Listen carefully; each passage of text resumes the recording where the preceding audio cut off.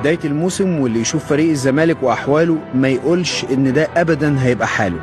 الكل كان متوقع إنه هيكون موسم صعب جدا على الزمالك بسبب الأزمات والمشاكل اللي بدأ بيها، ومحدش كان يتوقع أبدا اللي وصل له لحد دلوقتي. بس الكل كان مصدق وعلى راسهم الجمهور.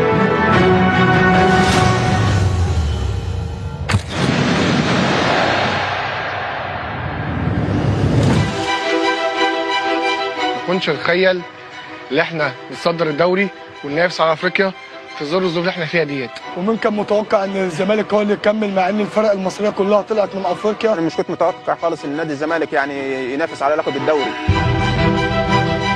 بس الموضوع كان في سر الخلطه. خلطه ايه؟